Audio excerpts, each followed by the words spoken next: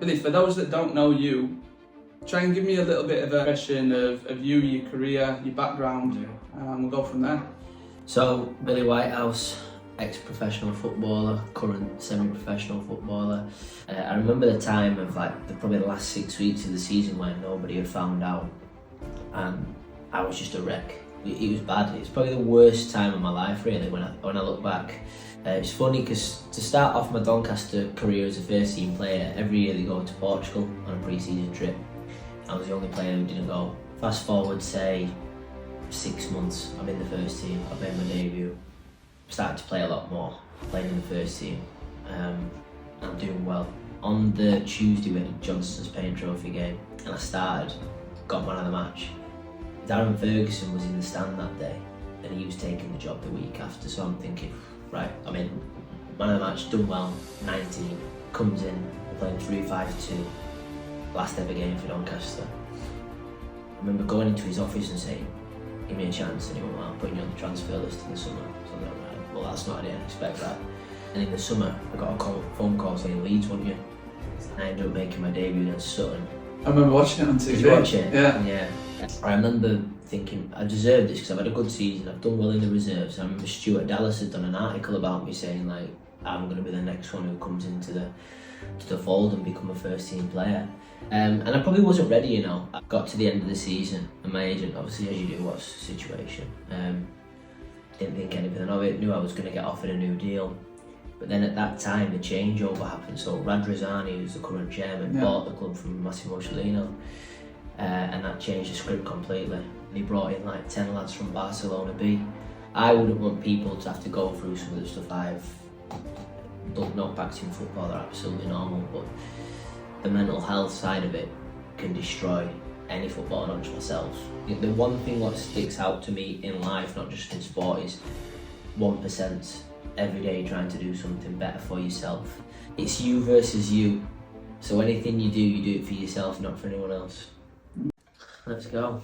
See how we get on. Yeah. So, episode number 5 of Behind Closed Doors. Halfway through the series, and I think when I started this podcast, you know, one of the main things that I wanted to do was have interesting conversations with people who have interesting stories, right? And the man that's joining me today, I've known a long time, all the way back. 20 years, isn't it? Yeah, it's gone rather quickly, but ever since we could really start playing, we were playing together. Obviously, our journeys have veered off in different directions, and you know, you've got a much more impressive resume than I have. But Billy, how are we, sir? I'm alright, how are you?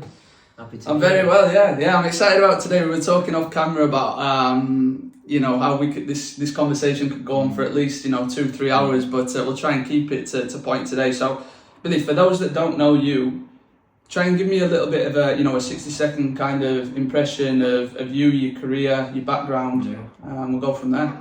So, Billy Whitehouse, ex-professional footballer, current semi-professional footballer. Own a couple of businesses, Mind Over Matter, a mental health organisation, and I own a couple of football academies as well. Yeah. And how does that feel? Because you're still very much living the life, I would say, of a pro, right? In terms of you're still looking after yourself, you're still in a high-level environment and so on. You know, looking back to your early days of being a professional and such, have things changed much, you know, in terms of your mindset and your attitude and everything like that?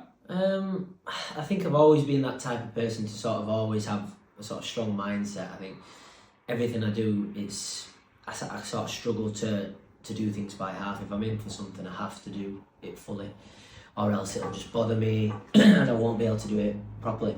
And I think that's maybe a little bit of a pride thing. So, you know, to football mainly, I think living my life still as a professional, eating right, training right, probably training too much sometimes. I'm still like a kid really wanting to impress, so. Yeah, I think when we do look back to sort of, you know, our earliest days playing, you know, one thing that sticks out about you is a real love for the game. You know, I know people that enjoy football and, you know, play it because, you know, it's fun and with the friends, but you had a bit of an obsession, I would almost say, and that sticks out, whether it's newest pair of boots, whether it's the haircut of your favourite pros, whether it's, you know, learning the new skills. I remember as a youngster, you know, a flary youngster coming through the ranks. So is that still prevalent now? Yeah, definitely. I'm still obsessed like I was then. I think I was more of a street footballer, I think, as a kid, because I never really started from being like 8, 9. I think I started at about 10, 11. I was pretty late. But even at school and stuff like that, it was mainly like, just wanted to do a new skill, just wanted to meg somebody. Like, that was like a thing for me, where you kids used to be, oh, I want to go and play for a team. It didn't really bother me. I just wanted to play football. And then when I did get into a team, it was a case of, I think the environment, even at that time, was perfect for me, because, you know, your old man, you know, craves standards even at 10, 11 years old. I think, you know, even a misplaced pass he'd be on you, wouldn't it? But yeah, again, obsessed, like you say, boots. I've got so many football shirts at home from ex-players now, you know. Still obsessed with the game, still obsessed with learning about the game, you know. And I find myself now, which is a big thing I've noticed over the last couple of years, is I have different conversations with people about football. Like, you know, for instance, at Charlie Boys, we'll talk about football, and the easiest thing to say about football is, oh, did you see that goal on the weekend? And I'm like, yeah, but did you see how RB Leipzig are like operating their team, and how they're scouting and how they're bringing players in? And they're looking at me, they're like, how do you know that for one, or why are you interested in that? Yeah. You know, so yeah. Did you feel different in that aspect, you know, when you were a kid growing up? Did you feel like there was an element of your side where you valued football maybe higher than some of your teammates and friends? I think probably 90% of the group, but you could, you know, looking back now, a lot of lads just want to play on football on a Sunday and have fun, which is, you know, fine. And for me, I think probably after a few months of playing, I remember coming in and everyone wants to be a striker, don't they? And then I remember your dad saying to me, you're going to play in centre mid. I was like, right, okay. And I didn't really know positions at that time, because again, saying I'm probably a bit of a street footballer where I just wanted to do something good with the ball. And playing alongside you, just shouting at me all the time to run around. I think I was definitely hooked and obsessed after that point. And I think when I first got a trial at Barnsley when I'd only been playing probably 8, 9 months, and it was definitely too soon for me. I think I'd gone into that environment where it was probably everyone's a good footballer, but not necessarily skillful, and maybe an element of trying to impress too much skills-wise, and I think I was a little bit naive to what I was going into. Mm-hmm. So I think that was a great lesson for me to not actually get a contract there, and then obviously I went on to sign for Doncaster probably about 6, 7 months after that. But yeah, I think after that I had that burning desire to sort of do something. And my dad never pressured me, and family never pressured me. You know, they sort of said, you do what you want to do. But I think it was, you know, I was obsessed with football, still am. I think I had a conversation with a good friend of mine the other day that's, you know, a fairly big agent in Germany, and he mentioned the importance for young players to kind of master the technical elements of the game and, you know, ball mastery. And I think it's definitely a lot bigger now, and a lot more focus is on it than when we were kids growing up. But I think that's something that you did very well, which probably helped you gain the attention of kind of the club. So talk to me about like the academy days, because you're transitioning to a more professional environment. You're now one of the few, right, as well, because you become a little bit of a local celebrity amongst your friends group and so on. But that lasted, you know, a prolonged period of time, and for many, that's not always the case. You know, it's normally a flash in the pan, or they're there for, you know, a few years up to scholar. You were fortunate to see that right through to the pro team. So talk to me a little bit about that journey. Yeah, so I went on trial. It was funny because I remember playing in a school game, and we played Bowlby Car. And when you're one of the best players in school, you always play central midfield, don't you? So I did really well in the school game, and then a week later, one of my old coaches, who we'll touch on later, he put me in for a trial at Doncaster. So the week later I turned up, and everyone who played for Bowlby, there was like 5 of the lads from that school who was at Doncaster. And they were like, oh, you were so good last week, and we played you, I remember you. And I was like, right, okay. But then I ended up being a winger, and it was like, I'd never played out wide. I don't know if it was a case of, was I not strong enough, because I've always been quite small and lean. So I just got thrown out wide, and then from then I got signed after about 6 weeks, and then I was just a wide player then. And I think then my skills sort of suited, so someone must have seen something within me, like I said, being a bit more of a skillful player. And it just grew from there. I remember going into the under-16 season and like having a really good season, but the lad on the other wing had got an early scholar, So then my mindset was like, right, well, is that me then? Because he'd been offered one early, whereas no one else had. We went to Sweden in the Gothia Cup, and I didn't think I played that great out there. I think the tournament football didn't really immerse myself into it. I think, again, it was probably because we weren't one of the better sides, we were more tactical, where I struggled because I was in my shape a hell of a lot, where I didn't really touch the ball. So I didn't think I played great when we went out there. But fortunately they gave me a scholar, and then I think, talking about being obsessed, then I literally took it to another level. I think that's what a lot of people have got to understand, is that when you're in those situations, whether it's you're going for a scholar, you're going for your first pro contract, a lot of people think that when you get there, that's, job kind of done. I think everybody that I spoke to that's been successful in the world of football has said that they've reached that new gear or that new level that you're talking about there, so that's really interesting. But one thing I want to touch on for people to realise, talk to me about the environment where you're in a group, so you're in a collective, friends, you're around people every single day. But you just mentioned there, ultimately you're all fighting for the same thing, and there's only very few of you that are going to go on to have that success. So how did you find that that internal level of competition without letting that affect you from a team chemistry standpoint? I mean, it's a completely different ball game from under 16s. You're still in your sort of comfort zone a little bit. You're training and out, you go home. Whereas when you turn 15, 16 years old, you have to grow up very quickly. And personally for me, I know lads go, 2 years as a scholar was your best time of your life, but I didn't see it like that. My goal was just to become a footballer. So any of the, we're going to be friends for life, we're all going to speak and all this, I probably speak to 1 or 2 people from that youth team. It's in such a difficult time as boys. You were the best player at 16 to then not even buying a game at the scholarship level. And I think it's, again, you have to just try and be a sponge and learn as much as you can, because essentially if you want to get a pro contract, these boys are going to do the same. They're not going to be, he's my mate, I'm not going to want one because he's not got one. I never thought like that. I was probably a bit of a lone ranger when it came to being a scholar. Don't get me wrong, I had friends and things like that, but my mindset was to be the best player I could, and also be sort of seen to be wanting to do well within the area, just like cleaning boots, things like that, being respectful to the first team players. I think you have to do that, and an element of that has gone now. I don't think people and young lads who are coming through don't have that anymore. Mm-hmm. They've already got a new contract, or they've already signed a pro deal, that they're not having to come in and prove themselves. Yeah. Do you know what, it's really funny, and I didn't think we were going to touch on this, but I'm going to mention it because it makes sense now. So I also came into trial twice at Doncaster Rovers during the time that you were there, and obviously Josh, who was a good friend of ours, we all played together at a younger age.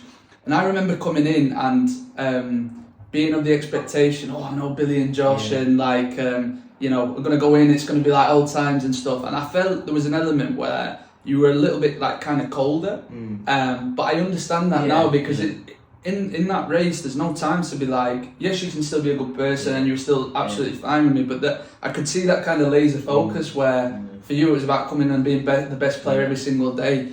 And I think, again, linking back to the common theme when I'm speaking to players who have had success in the world of football, they've always got to have that, I don't know whether it's arrogance, I don't know, it's like laser focus, I don't know whether it's like selfishness or whatever it is, but you just said that there, you've got to be willing to kind of step over your teammate in order to pursue that contract, because it's a competitive field, right? So that's really interesting. Talk to me about that period leading up to your first professional contract as well. And I think, I read up, I watch a lot of videos and kind of on personal development and so on. There's this element of like burn the boats, meaning like get rid of your safety plan, your plan B and everything like that. Had you prepared yourself for anything other than sort of the eventuality that you were going to be a footballer? Was there any plan B in that? Absolutely not. I mean, as bad as it sounds now, it's probably hit me more as I've got older, because I was just so obsessed with being a footballer. I think I was bad in school, not necessarily, a naughty kid, but just interest. Just didn't care. I think, even in PE as such, didn't really care. I just, the teachers would say, well, why are you not listening? And it'd be like, well, I'm going to be a footballer. And he's like, are you though? And I'm like, watch. And they didn't pick me for the school team a lot as I got older for that reason. Probably that arrogance, but not in a not in an aggressive way, just because I backed myself more than most. But again, going back to being a scholar and trying to prepare myself to be a footballer. I remember the time of probably the last 6 weeks of the season where nobody had found out, and I was just a wreck. Couldn't play, couldn't train. I was that nervous. It was bad. It's probably the worst time of my life, really, when I look back in terms of that, because I just didn't know where I was going to go. I mean, and the lad who I've just mentioned about who got an early scholar then ended up being on the bench for the first team at the end of that season. So his sort of future was cemented. If you're on the bench at 17, then you sort of have... It's looking good. Yeah, it's looking good for you. In the Championship, Doncaster were at the time as well. So, and I remember taking a corner on the last game. We were finding out on the Tuesday, and on the Saturday I went to take a corner, and I kicked the corner flag by accident when I was trying to take a corner, because I was just that nervous, I couldn't concentrate. And then they pulled me in, and I was like, "How have you done?" And I was like, I couldn't speak. I was just like, "It's all right. I'm going to offer you a pro." And I just started screaming, crying, couldn't believe it. So, yeah. Yeah, and do you think that your advice now, because I know you become really passionate about helping others and kind of guiding people who have been in similar situations to you, do you think that's the approach you have to have, or would you always advise players to look at plan Bs and options around that? Definitely look at plan B. I think I speak to my missus about this all the time. I wouldn't be bothered if my child was not a footballer, because of the things I've seen, had to deal with. I wouldn't want people to have to go through some of the stuff I've done. Not back to football are absolutely normal, but the mental health side of it can destroy any footballer, not just myself. So I think education is so important, and she's from an educated background in that sense. So she would definitely be on the if my child was like me, she'd be absolutely not happening. So. In the recruiting stuff you do, I think that's so important for kids to try and get an education, see a different culture. And I sort of wish, in a sense, if I had not become a professional footballer, I would have loved to have gone down that route. Mm-hmm. And why do people find it so difficult? Because they see that all the benefits that come with being a professional footballer, right? The money, the fame, the cars, whatever it is. But people struggle to make that connection. How are people in those situations miserable and so on? And from what I've learned, and correct me if I'm wrong, it comes down to an identity thing, right? In terms of you see yourself as a footballer, and so that's all you potentially are at that point. And so when you're not playing, or when you get an injury or something, you struggle to come to terms with anything else, because that's who you've built yourself up to be. Would you say that's correct? Definitely. I think when I was in my early 20s, probably 21, 22, it was the first time I moved away from home. I moved to obviously Wales to play for the New Saints, and I think at that point was where I really started to find out who I was as a person, because again, from Doncaster and Leeds, you sort of footballer, train, eat, sleep, go home, which it should be, but at the same time you have to try and, well, I went down there on my own. I had to immerse myself into the area, meet new people. And I think that really brought out what I was interested in my life and things like that. That's when I set up Mind Over Matter. I think that was a big factor in my life where I thought, right, I want to do something where I can change people's lives, but also give them something to get out of bed in the morning. Especially with our football teams, I think it's the easiest thing for me to sort of do. We have 5 football teams now where people come and play for us on a weekend and things like that. So I think having something else to focus on is so important, because I think if you could go mad if you just sit at home and watch football, think about football. You just never fully relaxed. So I think it's so important to try and enjoy different things in life.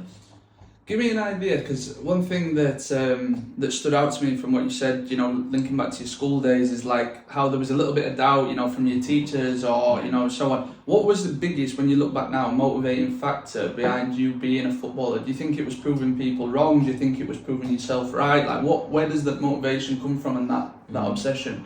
I think at school, a lot of people growing up, especially even in my friendship group, you probably know this yourself when you do things. Sometimes the closest people to you doubt you without them probably knowing. I'm not talking about family, more friends and people like that. And I remember being in P and people used to just kick me, so you'd never be a footballer, and that really made my mindset sort of tick. And And I think other factors as well. I think you see other people going and getting apprenticeships and things like that, and that petrified me. I was like, I don't want to do this, you know, I want to be a footballer. And that was a big factor. And, you know, I think my mum and dad were also very good at grounding me in that sense. Again, a lot of my friends are aware that the area I am from in Mexborough, there's some characters, so I think, again, having something to focus on like that really changed my mindset in terms of what path I could have maybe gone down. Mm-hmm. And we've glossed over like a really important stage here, because eventually you do, you know, you've grown up, Doncaster Rovers fan if I'm not mistaken as well, you've grown up, you played for your boyhood club, you made your first team debut, played how many games at that point? 20, 25 games, yeah. But then that does come to an end, so talk to me a little bit about that sort of process, because up until that point you've had everything go for you, right? And that, I suppose that's the first real roadblock in your career. Yeah. So Paul Dickoff was the manager when I made my debut, and like probably still one of my favourite ever managers I've had. Just incredible. It's funny because to start off my Doncaster career as a first team player, every year they go to Portugal on a pre-season trip. I was the only player who didn't go. Every first year pro went, and I went to Sweden with the youth team, but I was a first year pro, so that was like a setback. Again, that's where your mentality comes into go, right? You know what, you can prove you're wrong. So fast forward, say 6 months, I'm in the first team, I've made my debut. Fast forward, probably the year after, so that summer I signed a 2-year contract extension, and then so following into my second season as a pro, Paul Dickoff was in charge for about 6 months, around Christmas time. Started to play a lot more, playing in the first team. I'm doing well, like there's a few teams interested from higher up. Then he gets a sack. So the game we played Gillingham on the Saturday, and I was meant to start, but something was said where I didn't start. And then on the Tuesday we had a Johnston's Paint Trophy game, and I started, got man of the match. Last ever game for Doncaster. So Darren Ferguson was in the stand that day, and he was taking the job the week after. So I'm thinking, right, I'm in. Man of the match, done well, 19, might have been 18 still. Comes in, we're playing 3-5-2, didn't get a kick, not one kick. So the rest of the season I went on loan to Halifax for a month, scored on my debut, done really well. Thought, right, maybe stay here for the rest of the season. Something happened, I don't know where, the manager just changed his mind, and I only ended up having a month.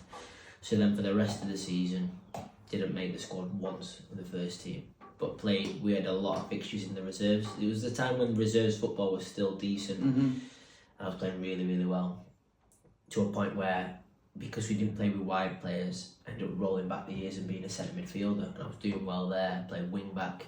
I think I might get a chance here, and I think he was considering giving me a chance, and a lot of teams then were watching me again because I was doing well in the reserves. So I remember going into his office and saying, give me a chance, and he went, well, I'm putting you on the transfer list in the summer. So I was like, right, well that's not, I didn't expect that.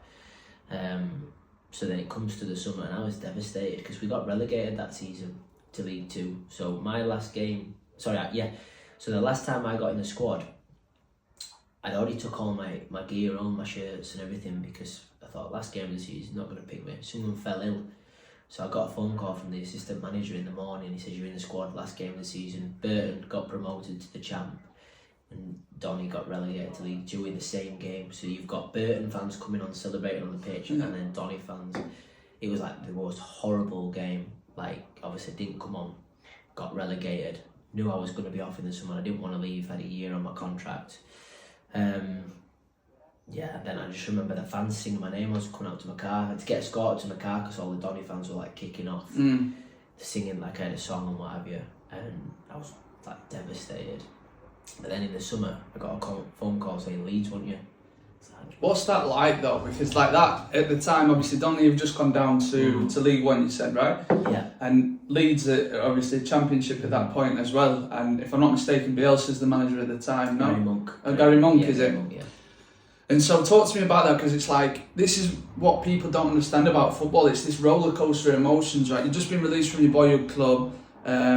Called up last minute to play in your game. You're looking down the kind of your next steps, and then Leeds United come in for you. It's kind of, you couldn't write that script, right? Crazy. Well, I said I didn't want to go, and then it was funny because I'm thinking, right, I'm going to go on loan for a season. I was speaking to Walsall at the time, which is League Two, so it would be in the same league.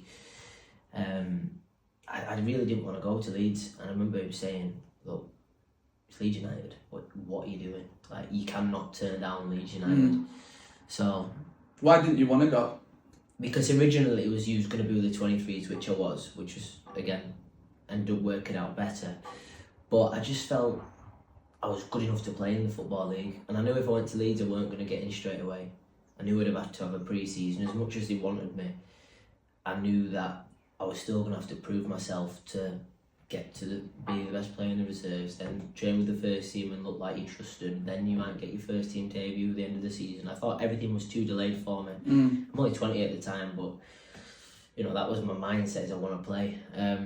So I went into pre-season, because I was under contract with Doncaster. They were quite accommodating and said, right, go in pre-season with Leeds and see what you think. So I did, and it was the toughest pre-season I've ever had. It was so tough, the running and everything, but I'd done really, really well, so I thought it might be worth something. But all the boys my age had just been moved up to the first team. Yeah. So they usually, what happens is, if you get to a certain age, you'll do pre-season with the first team, and if you're good, they might keep you. If not, you might get a loan. If you've not done that good, you'll go back down. So I didn't do any of the first team pre-season. I was probably playing backtracking a little bit, like to them. So then I spoke to the academy manager at Leeds, and he said, I don't know if we're going to do it. Don't know if it's the right fit, because you're not with the first team. But I was like, right, okay. Weren't really that bothered. Day later, we want to do it, we've changed our mind. Everyone's been impressed with you, all this. So signed, and yeah, went to Leeds, and I ended up making my debut. What's your opinion on that, kind of looking back? Because I think it's a really interesting point when you've got the chance to potentially go into first team senior football, albeit at a lower level, or you can go into a club like Leeds, huge historical club, one of the biggest here in England in terms of, historically. But you're playing 23s football. Do you think you made the right decision in hindsight there? Or what would your advice be to other players in that situation? I think there's two sides to look at. I think I made a bad decision to do what I did and play for Leeds, because I think it hit me harder the year after when I couldn't find a club, what we'll touch on. But the situation I was in, I should have never really been put in. So the first 6 months I was with the 23s, and I started to train with the first team. And I've done really well with the first team. I remember people commenting saying, you suit, what have you, and you deserve to be with us. So then I got injured for 6 weeks. I was meant to play the FA Cup against Cambridge, but I wasn't fit enough. I was training with the first team nearly every day after I got back fit. So then I ended up making my debut against Sutton in the 5th round, I want to say. I remember watching it on TV. Did you watch it? Yeah. And I probably wasn't ready, I'd only not been training that long. Didn't feel great in my body. I probably needed like 3 or 4 more games before that. But still done all right. Could have probably played slightly better, but I was still with the first team. And then got to the end of the season, and my agent, obviously, as you do, what's the situation? So he's obviously going to get a new deal. He's been in the first team. He's training with him. It's like, right, okay, no worries. Didn't think anything of it. Knew I was going to get offered a new deal. But then at that time, the changeover happened. So Radrizzani, who's the current chairman, bought the club from Massimo Cellino, and that changed the script completely. Like, flipped it on its head. There was like 5 lads who were getting offered deals, ended up leaving the club, and then they brought in like 10 lads from Barcelona B. So he wanted to bring in more of a Spanish sort of background of players. So then that left me sort of in a little bit of, right, where do I go from here? So then I had a few options to choose. For pre-season, ended up choosing Port Vale to do pre-season with the following summer, but that's how it happened at Leeds. Yeah, I think it's really interesting. I think what sticks out there is that, timing and luck is everything, right? Because you mentioned there about not being ready, but you don't have a choice, because when you're called upon, you go out there and you give it your best and do everything you can. And you hope for the best, that you manage to impress enough, and you can take things from there. I think as much as there is these superstar players that break through at 18, 19, 20 and have their the dreams start, you know, to the professional careers, there's also a whole host of other players that get the opportunity and maybe don't push on from that moment. We talked about the quality that's in the conference and the lower league system now here in the UK. You've got people that have played X amount of games in the Championship, some even Premier League level, and now they're playing in the conference and so on. It just shows how quickly football can kind of change. I really do want to touch upon that Leeds game, because I remember watching it on TV and seeing obviously a player that I'd played with playing for that, and looking back on it now, because if I'm not mistaken, what was the score in the end? Was it 1-0? Yeah, lost 1-0. Lost 1-0. How did that feel for you? Because you talk about this roller coaster again. You're then playing on TV for Leeds United in the first team, and then you go and get beat. And did you feel a bit unjustly that you guys took a little bit of the slack for that as well, because you were put out there to kind of? Well, it was funny because I'd been away, obviously injured and stuff, and then they do the team meetings how he'd set up Gary Monk, and I didn't realise I was starting, because how they set up the team meetings, they code it within names and stuff. So he put it in numbers this time, and 37 was playing on the right wing.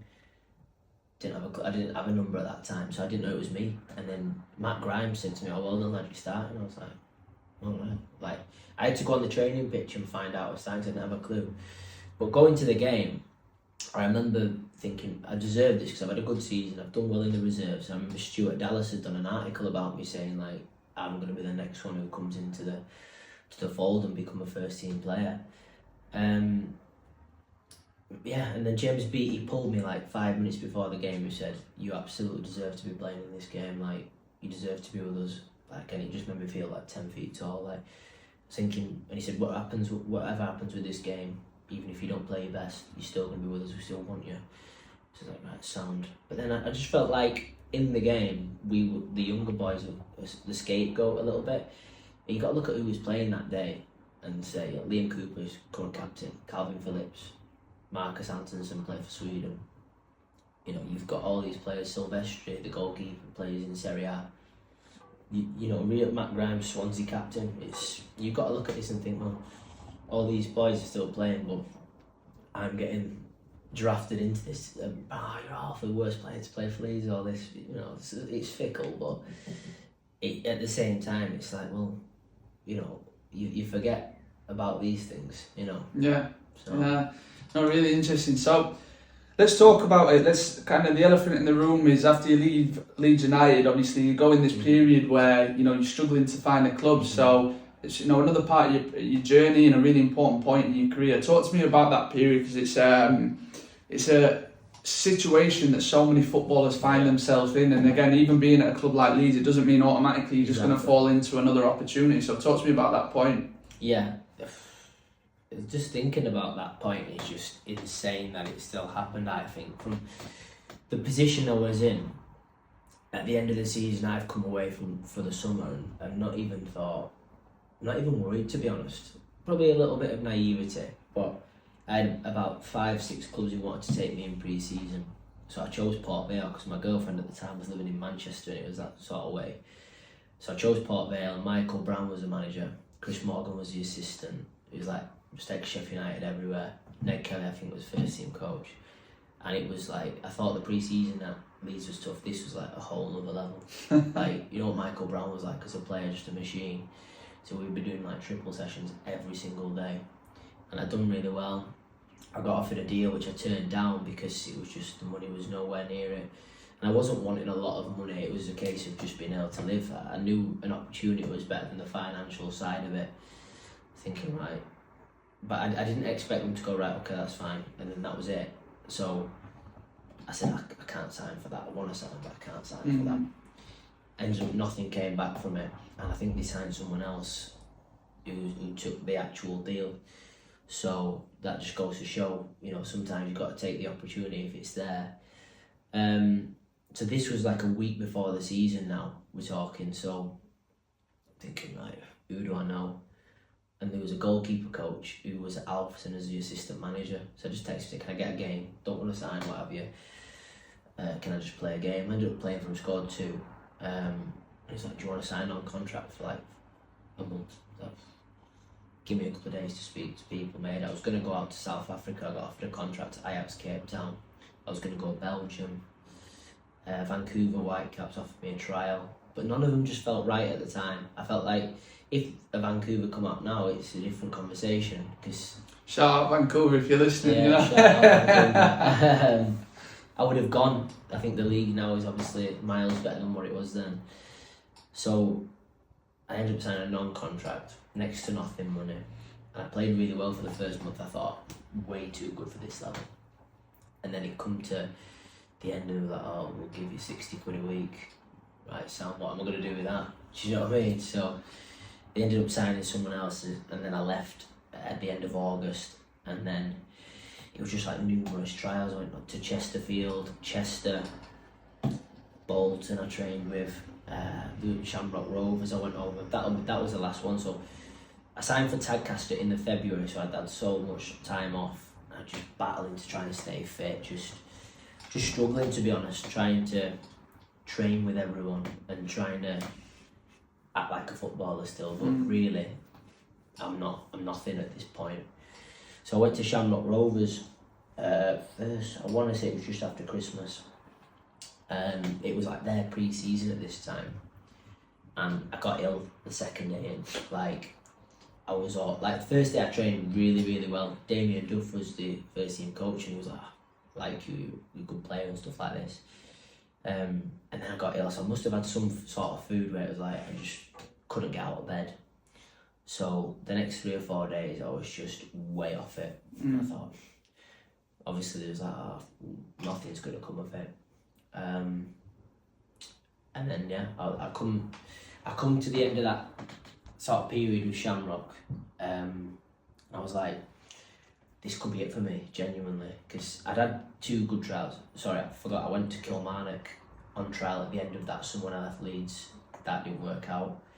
And I just thought, realistically, where do I go from here? And then one of the lads I played at Doncaster with had signed for Tadcaster, and it's obviously linked to I, so they've all got the really good training facilities and things. He said, just come train. Like, come train. And I was like so bothered, like I didn't want to train. And we played this small-sided game, and I must have scored like 7 on the spin because I just didn't care. I was just shooting. I was like outside of foot, Rabona and stuff. Just, do you know, like when you're not bothered but like it comes off? Like, oh, do you want to sign on Saturday? So I'm like, not sure. So at this point I was mentally checked out a little bit. So I ended up signing from February to the end of the season. We got in the playoffs and got beat in the playoffs, but I'd done well. I set up the goal in playoffs. And come to the summer and I was like, still not that bothered. Like, if I'm playing at this level, no disrespect to that level, I don't think I want to do it, because where am I going from here? And I had offers to go higher up, Altrincham. I'd met the manager and everything, but I still didn't feel, because they were only the league above Tadcaster at that time. I still weren't fully, like, I'd fallen out with the football a little bit. Because I think as well, like you've touched on earlier, because I love football so much, I didn't want to look at football and be like, I hate football, because it'd be with me then for the rest of my life.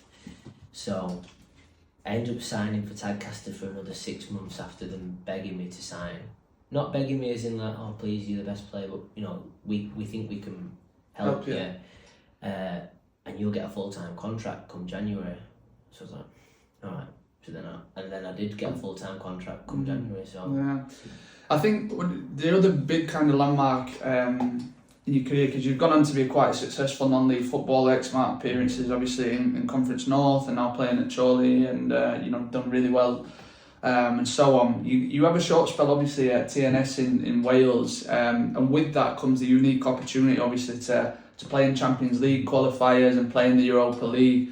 So looking back now, and although it only be Wales, do you see the advantages on opening yourself up to different experiences? Maybe it's not quite abroad, but as well, just going to a different country, experiencing football in a different place? Definitely. I think the experience we had was just insane, because we played 3 games that summer.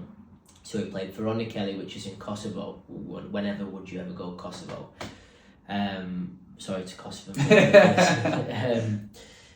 Then we went to Copenhagen, which was just a different world, just how they played, how they set up. And I've always been one who loves football culture, in terms of I've always wanted to play abroad, always wanted to play in different countries and different styles. and then we went over and played Ludogorets, and again, just a different level. So these experiences, and it's not just TNS who can get these, it's like the top 3 can go and play. You know, there's people who've got full-time jobs who have ended up playing in like crazy countries. So I would definitely not rule it out if you get the opportunity, because I loved a lot of my time there in terms of the lads were good, some of the games, I scored my first professional hat-trick there. So, and obviously again Europe, it's just insane. Yeah. So I think every young boy dreams of like walking out, and although I think you were on the bench in the Champions League qualifiers, but hearing that music around, that must be such a surreal feeling, you know? It's crazy. I mean, some of the players who played that day, you always know that these clubs are always going to have players who end up moving on to better teams. And the year after they played United in the last 16 of the Europa League, I think it was. And I remember saying to some of the boys, because I've always been interested in scouting and I've always been interested in looking at players, I said, he's a joke, he's going to go and do well. So I remember it was like Rasmus Falk, the guy who played City midfield, and he was like a joke. And the year after he got plaudits at United. The striker was Jonas Vind, who's at Wolfsburg now. He's got like 15 goals in the Bundesliga. There's a lot. I mean, I think the guy Jens Starge is at Werder Bremen. There's centre half at Galatasaray. So that team was just nuts. Yeah. So No, it's amazing. I think what we want to do, because again, like I've mentioned before, you then go on, and we mentioned this earlier, I think there's a little bit of change in mentality once you're potentially at this step, or maybe, you know, the step after it, where your focus changes a little bit from progressing as much as possible, and yet there's still a mentality and still an inner belief that you want to be playing at the highest possible level. But you get away from this idea that I'm just a footballer and everything's about just going through, and more so from an enjoyment factor. You get back to loving it, enjoying the experiences and so on. So talk to me a little bit about that transition in terms of your mindset over the years, how that's developed. I think I've definitely been one to sort of read books and learn about myself as a person. Mentally, I think you have to be so switched on in your life with certain things to have achievements. I think the one thing what sticks out to me in life, not just in sport, is 1% every day trying to do something better for yourself. And that stuck with me when I moved to TNS, because I was on my own. At one point I was froze out of the team, so it was like I moved away from home to not play. I'm going to get the best out of myself here. As a person, am I going to sulk? Am I going to go home and sulk every day, be the first one to leave training? So these little 1% stick with you throughout your life. Then I think anything I want to do now, still playing obviously, but post-career as well, I want to be able to throw myself into situations where I'm one, uncomfortable and learn, two, to sort of look at things and say, right, how can I be the best version for someone else who needs me, or the best version of how can I be a coach, how can I help, again, helping you with the recruiting a little bit, things like that. I want to learn these things. So I think 1% and things like that is how I sort of live my life. And you know, looking at that in a sense, you're transitioning now into sort of coaching roles and so on. What is your biggest purpose behind that? Is it just because you love football and want to stay in that? Is it because you've got a burning desire to kind of help others from, you know, learn from your experiences? What is the real motivating behind that? I think, and I listened to Adam Lallana's interview the other day, because he's talking about retiring in the summer, and he was sort of saying he's quite an open book. He's going to go into coaching, but does he want to do that for the rest of his life? I don't know. I feel like I'm on the same path with that. I do love coaching. I love scouting players. Like if I'm watching someone, I've always said, oh, he's going to be a player and things like that. So for me, working in football, I think you're also learning while you're doing it. So coaching, love it. Love being on the grass, love helping people, love seeing just little details and helping with that. But I just think football as a whole, I just want to learn more about the business side as well as that. You know, football's becoming more of a business with more people getting jobs within football, which is not on the grass. It's more about, you know, how can we make the club better and how can it run better and things. So I'm an open book when it comes to football. I want to work in football, I want to coach, but also I want to do other things as well. Yeah. A very hard question for you to answer, and I wanted to think about this because it's, again, you should be absolutely proud of everything you've achieved within football. When you look at your career as a whole, are you satisfied with what you've achieved? And I know you're still. We've seen everything's temporary, right, as well, because you're still only 27. Yeah. And you still quite a possibility that you could get back into the Football League and go on to achieve, massive things after this podcast. But so far, are you satisfied with what you've achieved in the world of football? Absolutely not. I don't think I ever will be. I think there's been times where I'm sort of catching up still. The time when I didn't have a club, I think, in these periods, you think, for instance, now I've probably not played as much as second half of the season at Chorley, where I'm absolutely dying to play. Like, it's not ruining me, but at the same time, it's burning inside me to sort of kick on again. So, yeah, I don't think I'll ever be satisfied. Maybe in a few years' time after I've retired, I'll sort of sit down with myself and, I think it's important to have conversations with yourself about these things, but I just think you always have to have different goals. Every year you have to have different things you want to do. For a big goal of mine is to try and play until I'm 40. I'd love to do that. I'd love to just have that longevity, and I love seeing people like your Modric's of the world who just play and keep playing and just keep proving people wrong. James Coppinger's a big sort of idol of mine from growing up.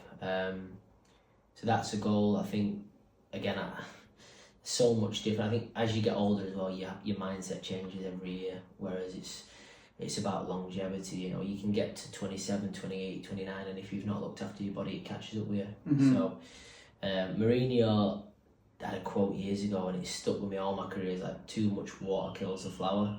So I love that quote just because I think it's so important to your football career. If you do too much, think too much, you're not in rhythm, then are you? You have to sort of look and go, right, one day I need to rest, one day I need to do yoga, instead of, I'm doing 20k today, I'm lifting weights today, Yeah. So I think it's been a really cool insight from obviously yourself. I want to wrap up with kind of a few quick fire questions, and they're more superficial, right? Because we've talked about a lot of stuff that goes a lot deeper than this conversation that we could elaborate on for hours. But just to get some real points from your career. So the first one is the best player that you played with and the best player that you played against, and why?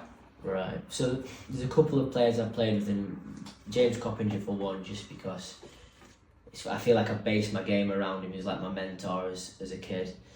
Calvin Phillips, again, even at Leeds, he probably at that time wasn't what he is now. He was probably down the pecking order slightly, but you could see there was just something there. Pablo Hernandez probably gets a mention. Best player I've played against, Jermaine Defoe or Dele Alli. Okay, nice. I've seen Jermaine Defoe in training, and it's frightening how good he is. Like, up close, you watch it, it's just left foot, right foot, bottom bins, top bins. Do you know what it is with him? It's his movement. He literally just so clever. I mean, when we played against him, I was just thinking, I've played against him twice, Sunderland and Rangers, and he just knows when to just move off a yard to give himself a yard. Yeah. He's so clever. He's so deceptively strong as well, that. If you look at it on TV, it's crazy. Proudest moment of your career? Proudest moment, I'm going to say, everyone's going to think I'm going to say Leeds, but my proudest moment is my last game for Doncaster, and all my family were there, including my great-grandma, who's not with us now. She was the last time she ever watched me play. I remember catching her as I just got man of the match and seeing her, so that's my proudest moment. That's really nice. Biggest piece of advice that you give to a young Billy Whitehouse? It's you versus you. So anything you do it for yourself, not for anyone else. Okay. And best piece of advice that you've received from someone else?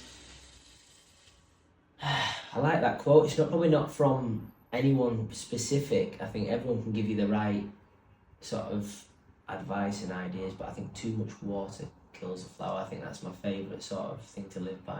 Do you know what? It's not very often that I hear something that I've never come across before, and I really like that saying and expression, so I can see why why that stuck with you. So Billy, I think from my side, I followed it from afar, from playing together when we were kids, watching you on telly at Leeds and seeing everything unfold. Really happy that we're moving towards a situation where we're going to be working together and we're back in communication. But I think from my side, my last kind of closing comments on this podcast is that Billy, if anything, is an example of kind of resilience, and also dealing with the ups and downs that football throws your way. I think a lot of people see it as this straight trajectory, and a profession where once you're in the pro game, you set up and you're sorted for life.